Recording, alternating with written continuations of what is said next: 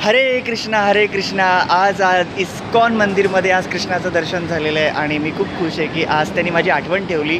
त्यांनी मला छान प्रसाद दिला आणि मला खूप असं उन्हाळ्यामध्ये ताक वगैरे प्यायला आवडतं, तसं त्याने मला आज ताकाचा प्रसाद दिला. त्यामुळे तुम्ही तिकडे बघा, 1-2 जण अशी होती ना की दर्शन घेतल्यावरती तिकडे गप्पा मारत बसली होती. जेव्हा तुम्ही प्रसाद खात असता, प्रसाद आपण म्हणतो ना की प्राप्त होतो आपल्याला तो देव देतो, तो प्रत्यक्ष कृष्ण असतो. त्यावेळेला आपण कधी बोलायचं नसतं, कधी मोबाईलवरती असं स्वाईप करत नाही राहायचं. मोबाईल पूर्णपणे बाजूला ठेवून द्यायचा.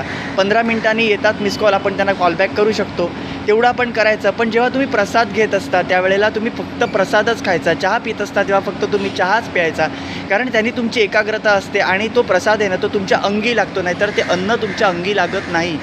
त्यामुळे ज्यावेळेला कृष्णाच्या ह्याच्यात तुम्ही असता, कोणत्याही ह्याच्यामध्ये असता, तुम्ही पहिल्यांदा तुमची एकाग्रता ठेवा, तर ते तुम्हाला लाभेल. आणि श्रीकृष्णाने माझ्यावर खूप दया केली की मला आज ताक मिळाले. मला ताक मिळालं ना की साई चरित्रातला एक अध्याय आठवतो.